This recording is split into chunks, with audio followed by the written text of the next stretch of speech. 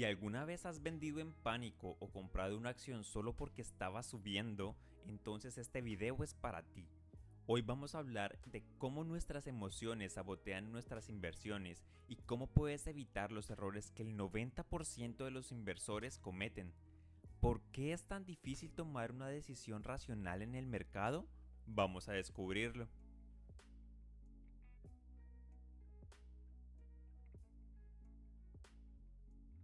La mayoría de las personas creen que invertir es solo un juego de matemáticas, pero en realidad es un juego de emociones. A lo largo de la historia, inversores novatos y experimentados han caído en trampas psicológicas que afectan su capacidad de tomar decisiones.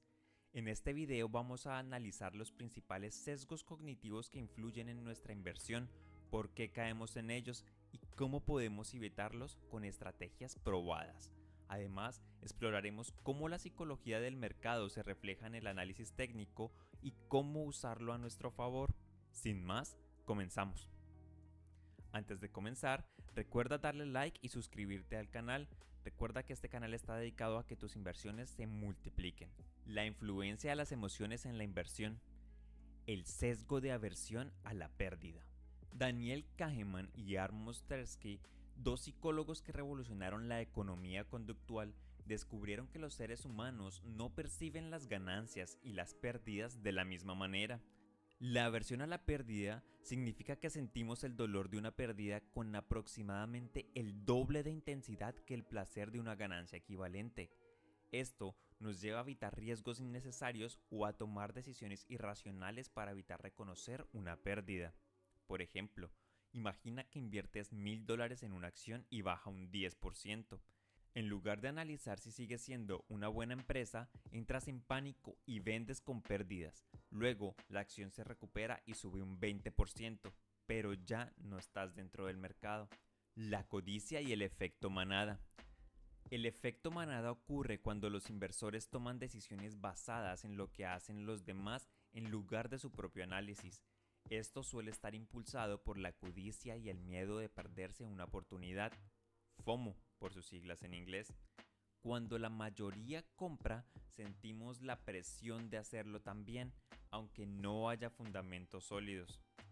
Por ejemplo, en 2021, miles de inversores minoristas compraron GameStop en la euforia del momento, sin analizar los fundamentos de la empresa. El precio se disparó, pero muchos compraron en la cima y sufrieron grandes pérdidas cuando el precio cayó drásticamente. La falacia del costo hundido. Este sesgo ocurre cuando nos aferramos a una inversión en pérdidas porque ya hemos puesto dinero en ella, en lugar de evaluar objetivamente si seguir es la mejor decisión. El problema es que el dinero ya invertido no se puede recuperar y las decisiones deben basarse en lo que es mejor para el futuro, no en lo que ya se perdió. Por ejemplo, compraste una acción en $100, ahora está en 50. En lugar de vender y reinvertir en algo mejor, decides mantenerla, esperando que algún día suba, aunque los fundamentos de la empresa sean débiles y su futuro incierto. El sesgo de exceso de confianza. El exceso de confianza es la tendencia de los inversores a sobreestimar su conocimiento o habilidades para predecir el mercado. Esto los lleva a asumir riesgos excesivos, operar con demasiada frecuencia o ignorar información relevante que contradiga sus creencias. Por ejemplo, un inversor que tuvo éxito en algunas operaciones cree que puede ganarle consistentemente al mercado y comienza a operar sin una estrategia clara, asumiendo riesgos innecesarios. Como resultado, termina perdiendo gran parte de su capital en operaciones impulsivas. La falta de diversificación. La teoría moderna de los portafolios explica cómo los inversores pueden reducir el riesgo combinando activos de diferentes correlaciones. Una cartera bien diversificada distribuye el capital entre diferentes clases de activos, sectores e industrias para minimizar la volatilidad y el impacto de eventos negativos en un solo sector.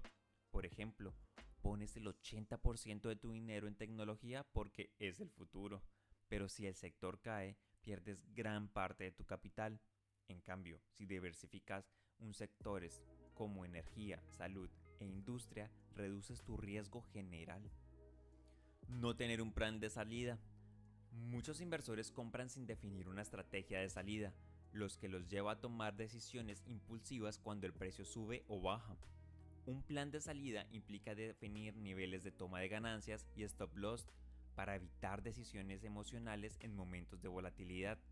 Por ejemplo, si compras Tesla a 200 y sube a 400, pero no vendes porque crees que seguirá subiendo, luego baja a 250 y terminas vendiendo en pánico, perdiendo parte de la ganancia que podrías haber asegurado con una estrategia bien definida. Los soportes y resistencias, la psicología del mercado.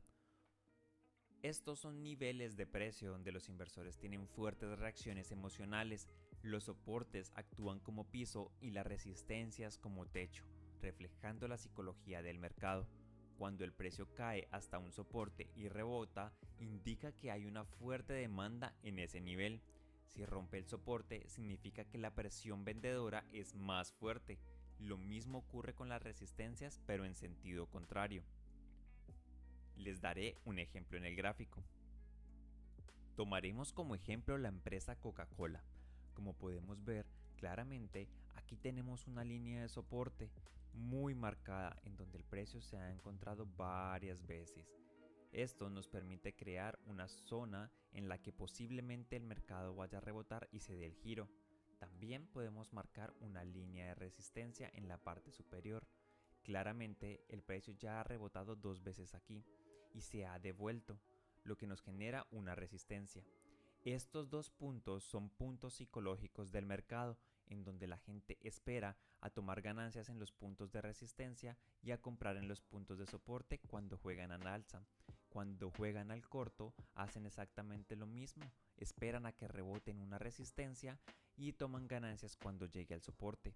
De eso se trata la psicología del mercado. Existen otros factores técnicos que debemos tener en cuenta, pero este es un ejemplo claro de cómo funciona la psicología en el mercado. Debemos entender que también hay que tener en cuenta las medias móviles, el volumen y el RSI y otros indicadores que nos pueden dar señales claras de entradas. Básicamente, estas son mis 3 formas en las cuales yo tomo la decisión de entrar o salir del mercado.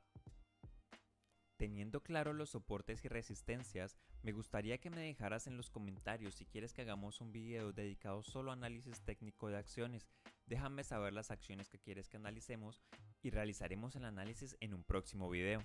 El impacto de las noticias en la psicología del mercado. Las noticias generan reacciones emocionales extremas y movimientos bruscos en los precios. Factores como reportes de inflación, decisiones de tasas de interés o eventos políticos pueden desencadenar compras o ventas masivas, muchas veces sin un análisis racional detrás. Por ejemplo, un reporte de inflación más alto de lo esperado provoca ventas masivas porque los inversores temen que la Reserva Federal suba tasas de interés. En cambio, si los datos muestran una inflación más baja, los mercados pueden reaccionar con subidas bruscas impulsadas por el optimismo. Antes de terminar el video, me gustaría saltar nuevamente al análisis técnico por un instante. Herramientas como el RSI, el cual vemos acá abajo, que mide el índice de fuerza relativa, o las medias móviles, que son estas líneas que ven de color amarillo, naranja y blanco, reflejan la psicología del mercado al mostrar si una acción está sobrecomprada o sobrevendida. Por ejemplo, cuando el RSI supera el 70, significa que los compradores pueden estar exagerando en el precio, y cuando cae por debajo de 30, indica que los vendedores han llevado el precio demasiado bajo. Por ejemplo, si el RSI de una acción está por 80 y el precio está cerca de una resistencia, es probable que haya una correlación a la baja porque el mercado está sobrecomprado. Por ejemplo, este RSI se encontraba en 83 y justo se encontraba en una resistencia anterior de un máximo histórico anterior, lo cual nos podría dar una señal de que el mercado se iba a dar la vuelta, y efectivamente lo hizo, aunque tomó un par de días en realizarlo. Este es uno de los pocos indicadores que nos puede dar una señal adelantada de lo que va a suceder en el mercado. Recuerda que todo lo mencionado aquí no es una recomendación de compra, debes realizar tu propio análisis. Como ves, invertir no es solo números, sino también sobre psicología. Muchas veces las emociones juegan en nuestra contra, llevándonos a tomar decisiones que parecen lógicas en el momento, pero que terminan costándonos dinero.